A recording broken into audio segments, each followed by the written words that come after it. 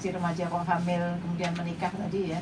Pertama adalah begitu terbatasnya waktu untuk diri sendiri gitu ya, karena sudah harus mengurusi banyak hal gitu. Ya mengandung dengan segala ketidakenakannya gitu kan, masih remaja. Kemudian harus mengandung, kemudian nanti setelah punya bayi repot banget gitu ngurusi bayinya, kemudian kan harusnya masih sekolah gitu ya, gimana caranya gitu mengandung terus mau sekolah atau punya bayi kemudian harus sekolah gitu, membagi waktunya bagaimana, kemudian siapa yang akan mengasuh bayinya gitu, meskipun ada kejar paket tetapi ada keterbatasan juga yang akan dialami gitu. Pokoknya penuh stres lah gitu. Maka jangan sampai ya, nggak usah jangan gitu. sampai. Maka memang perlu sekali untuk para anak maupun remaja ini diajari cara mengelola dorongan seksual gitu ya, cara mengelola libidonya gitu, supaya kemudian bisa disalurkan ke hal-hal yang positif, kegiatan-kegiatan yang positif gitu. Lupakan gitu dorongan seksual tadi, tapi olahragalah atau berkesenian lah gitu ya, kumpul-kumpul, berorganisasi dan sebagainya, sehingga kemudian terlewatkan pikiran tentang dorongan-dorongan seksual tadi. Lebih baik meningkatkan kapasitas diri gitu ya, menjadi remaja yang jauh lebih berguna, jauh lebih membahagiakan gitu daripada hamil dan ngurusi anak. Baik, Ibu Rita mau menambahkan? Ya, yang namanya usia remaja yang hamil ini kan pasti belum dikehendaki ya. Kalau belum dikehendaki itu pasti ada rasa malu. Orang tuanya malu, anaknya sendiri malu. Nah, dalam keadaan orang tua malu, anak malu ini pasti di rumah itu timbul suasana yang tidak bahagia, tidak mengenakkan.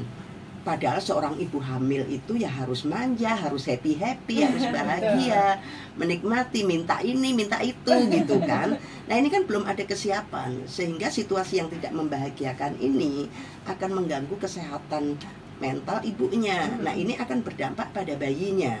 Nah, kemudian anak ini kan mengurus dirinya sendiri saja belum bisa. Ini sudah harus mengurus dirinya yang hamil, mengurus bayi. Sehingga dikhawatirkan dia itu ada kesiapan mental, ekonomi, sosial. Dia malu, kemudian ekonominya belum berdaya, masih numpang orang tua. Sehingga pemenuhan gizinya pasti akan sangat terganggu.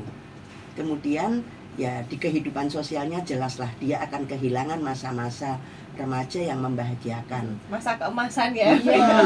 Dia keluar rumah malu, ibunya juga mau belanja malu, diomongin dan lain sebagainya. Nah, ini kan sangat tidak baik, sangat tidak baik untuk bayinya maupun untuk ibunya. Kemudian kesiapan dia melahirkan tadi ya, tanggulnya belum cukup, sebenarnya mungkin alat kelaminnya juga belum usianya untuk bisa mengeluarkan bayi, maka menjadi sesar ya. Nah, ini juga ada efek-efek dari untuk si ibu. Belum lagi nanti dampaknya ini akan berkepanjangan. Nah, ujung-ujungnya sana adalah masalah kemiskinan tadi. Itu kemiskinan, perceraian. Jadi yang paling mudah sebenarnya adalah jangan sampai terjadi. Maka pencegahan ini dilakukan ya harus siapa saja. Nggak bisa DP3 AP2 bersama Dewan saja, nggak cukup, sangat tidak cukup. Ini harus semua. Kesadaran remaja sendiri yang paling penting, membuat dirinya tangguh. Untuk jadi masa usia remaja itu kan masa yang paling rentan gitu, pengennya nyoba-nyoba. Dan itu sebenarnya harus yang gitu dilewati paling membahagiakan tuh itu ya. Kemudian suka masa SMA gitu ya. Kalau delik-delik itu merasa lebih memuaskan gitu ya dan sebagainya. Delik ke orang tuanya aja nggak mau gitu ya. Padahal kalau itu menuju ke sesuatu yang berbahaya bagi dirinya, nah itu kan tetap harus dipikirkan. Jadi jangan hanya menentang, jangan hanya pengen coba-coba, tapi nggak memikirkan konsekuensinya. Nanti stunting saja bisa dari sini nih ya, Bu Erlina ya. Terjadi stunting. Kita mati-matian ini stunting, tapi remajanya tidak sadar menjaga diri. Jadi penting sekali untuk jangan coba-coba. Nggak usah berpikir untuk nyoba. Gitu. Berpikir untuk nyoba pun jangan, ya. Apalagi nyoba. Gitu. Jauhi hal-hal yang nikmati nanti pada saat usianya siap ya Bu ya. Jauh lebih menyenangkan, membahagiakan itu menikah dan membentuk keluarga ketika sudah sangat siap. Direncanakan. Harus direncanakan gitu, jangan tanpa rencana nanti berabe hasilnya, kacau nanti segalanya gitu. Baik, Ibu, ini ada pertanyaan yang masuk melalui WhatsApp. Dan sahabat saudara dan semua listener, sekali lagi untuk Anda yang ingin bergabung bisa melalui 081754832000. Ini dari Mbak Ayu di Jogja dengan isi pesannya begini, Bu. Kemarin saya baca berita ini, Bu, ada perempuan tenaga kesehatan juga, profesinya untuk profesinya bidan. Beliau ini masih muda dan sepertinya kehamilannya tidak diinginkan. Kemudian anak yang dilahirkan ini kembar dan dibuang dan ditemukan dalam keadaan yang tidak bernyawa. Nah, menanggapi kasus ini harus seperti apa, Bu? Padahal beliau ini bidan dan pasti sudah tahu ilmu tersebut. Oh, begitu.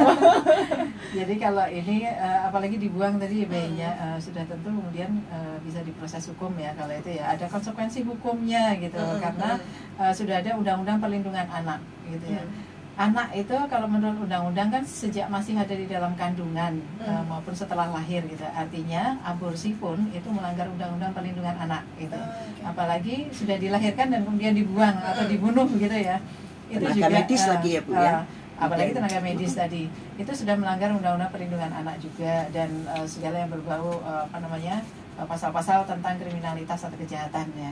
Jadi kemudian itu bisa diproses hukum, kasihan kan ya. Nah, memang lebih baik yang masih lajang-lajang gitu, meskipun sudah dewasa gitu ya, tetap jangan coba-coba untuk melakukan hubungan seksual secara bebas. Lebih membahagiakan, lebih baik berhubungan seksual itu ketika sudah menikah. Nah, ada pelindungnya gitu, terlindungi oleh undang-undang juga gitu ya. Ketika hamil juga lebih tenang gitu, menjalani kehamilannya dan tidak panik, tidak cemas ketika melahirkan gitu. Kalau yang masih lajang sudah tentu panik kan. Begitu hamil aja panik, bagaimana caranya menyembunyikan kehamilan gitu. Kemudian ketika melahirkan lebih bingung lagi karena belum punya suami gitu ya. Sehingga ini anak harus diapakan, malu juga kalau orang lain tahu, sehingga seringkali kan kemudian dibuang ya. Beberapa waktu lalu kan kita juga melihat di berita ya, ada bayi kembar yang dibuang di sungai gitu oleh pasangan yang belum menikah gitu, meskipun mereka sudah dewasa secara umur gitu. Itu juga nantinya bisa berakibat pada proses hukum bagi pelaku gitu. Eman-eman kan ya. Nah, itu kadang-kadang tidak terbayangkan ketika melakukan gitu. Ketika melakukannya ya. gitu, taunya cuma seneng-senengnya aja gitu. Padahal konsekuensinya ternyata jauh banget gitu, sampai kemudian ditangkap, diproses hukum dan sebagainya karena melakukan kejahatan. Baik, terima kasih Bu Erlina. Ibu Rita mau menambahkan? Ya, ini sangat sebenarnya sedih ya, memprihatinkan ya, kalau apalagi ini terjadi bidan. Tetapi kembali lagi, jika itu sudah terjadi, maka ya hadapi, harus konsekuen ya. Karena tidak tentang dirinya saja, ini kita tidak sedang membahas rasa malu sebenarnya ya, bahwa malu iya, tetapi bahwa ini sudah terjadi dan ada janin yang harus ini menjadi akan menjadi lahir menjadi generasi ya, maka ya hadapi dengan segala resiko. Toh rasa malu itu tidak bisa dia buang dengan dia membuang bayinya. Kemudian ini kan malah akan berdampak secara hukum ya. Jadi kalau saya ya memang harus dihadapi dengan segala resiko. Menghadapi itu, kemudian menyiapkan bayinya lahir dengan sehat, itu adalah pilihan terbaik. Iya, betul. Kalau sudah seperti itu nggak boleh lagi. Karena sudah terjadi ya. Jadi berbahaya juga ketika kan ada ya, karena tidak menghendaki kehamilannya, kemudian minum obat-obatan bebas, ngawur gitu, bahkan berusaha untuk bagaimana caranya mengaborsi dan sebagainya. Itu akan berbahaya bagi dirinya. Jadi tidak hanya pada bayinya yang ingin dibuang tadi ya. Ya kalau kemudian berhasil gitu, kalau tetap hidup bayinya gitu, bisa jadi kemudian bisa cacat lahirnya ya, kan jadi lebih berat lagi nanti bebannya kan bagi si ibunya gitu. Sudah beban bersalah, kemudian melihat sendiri bayinya misalnya mengalami kecacatan, kan rasa bersalahnya akan berlipat-lipat juga selain nanti mengasuhnya juga. Nah, kalau kemudian terjadi aborsi yang tidak ilegal, yang tidak legal tadi gitu, itu juga bisa berakibat pada kematian si ibu mengandung tadi, atau kemudian berakibat tidak meninggal tapi kemudian berakibat rusaknya organ-organnya, gitu ya, mungkin bisa tidak hamil lagi, sehingga tadi disampaikan Bu Rita bisa kesulitan untuk hamil ketika nantinya sudah dewasa, sudah menikah dan sebagainya, pengen hamil malah nggak bisa gitu ya, karena sudah rusak organnya. Jadi nggak usah lah coba-coba gitu, banyak hal negatifnya gitu daripada enaknya gitu istilahnya. Jadi harus berani bertanggung jawab itu Mbak. Jika ini kan kita bahasnya jika sudah terjadi hamil yang tidak dikehendaki, maka harus kembali ke harus bertanggung jawab. Bayi ini harus dijaga gitu ya Bu. Mengaborsi, ya, tetap bertanggung jawab terhadap bayi yang dikandungnya gitu. Dengan segala risikonya. Atau nanti juga ada dukungan-dukungan yang bisa diberikan gitu ya. Orang tua atau saudara gitu, atau di layanan pemerintah gitu ya, yang bisa untuk mengelola kesehatan mentalnya secara lebih baik gitu. Jadi tetap selamatkan anaknya untuk keselamatan ibunya juga. Baik, demikian ini untuk Mbak Ayu di Jogja yang sudah bergabung. Terima kasih sekali untuk kebersamaannya. Dan kita jeda dulu ya Bu, nanti kita masuk ke segmen closing. Setelah jeda nanti, untuk Anda Sobat Sonora, stay tune sampai nanti di akhir perbincangan kami siang hari ini di Sonora FM dan Smart FM Yogyakarta. Nah, sebagai statement closing ini Ibu Erlina dan Ibu Rita terkait dengan kesehatan reproduksi remaja, apa yang harus kita istilahnya bisa kita kemas untuk bisa paham terkait dengan kesehatan reproduksi remaja?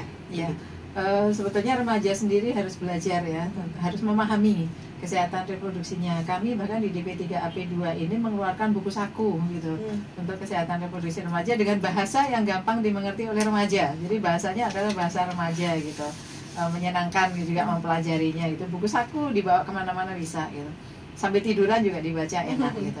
Atau kemudian bisa mengakses di website kami gitu ya, kesehatan reproduksi remaja, untuk buku sakunya secara soft copy-nya gitu, bisa dibaca di situ. Atau buka-buka di pusat pembelajaran keluarga kami, di situ juga ada.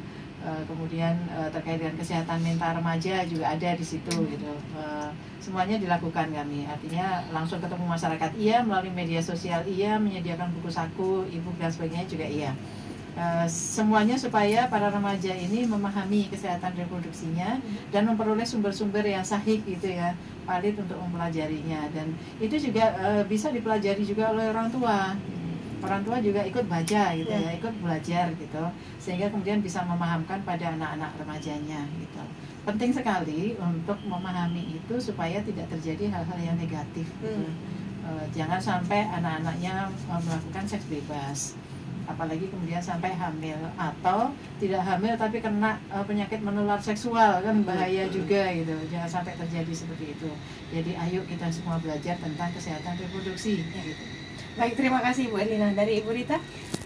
Ya menyambung Bu Erlina, karena begitu pentingnya kesehatan reproduksi ini untuk remaja, maka edukasi pendidikan tentang kesehatan reproduksi remaja ini harus diberikan sedini mungkin oleh keluarga, oleh guru-guru, dinas-dinas terkait, memberikan sosialisasi. Kemudian untuk remaja, saya ajak nikmati masa remaja kalian dengan hal-hal yang positif. Jangan coba-coba hal-hal dengan seks di luar pernikahan. Persiapkan pernikahan kalian dengan matang supaya tidak terjadi penghamilan sebelum dikehendaki. Ini akan membahayakan dan dampaknya akan semakin panjang untuk generasi yang akan datang. Kuatkan iman dan perbanyak aktivitas-aktivitas fisik, komunikasi sosial yang positif. Oke, baik. Terima kasih Bu Rita, terima kasih Bu Erlina untuk perbincangannya siang hari ini ya.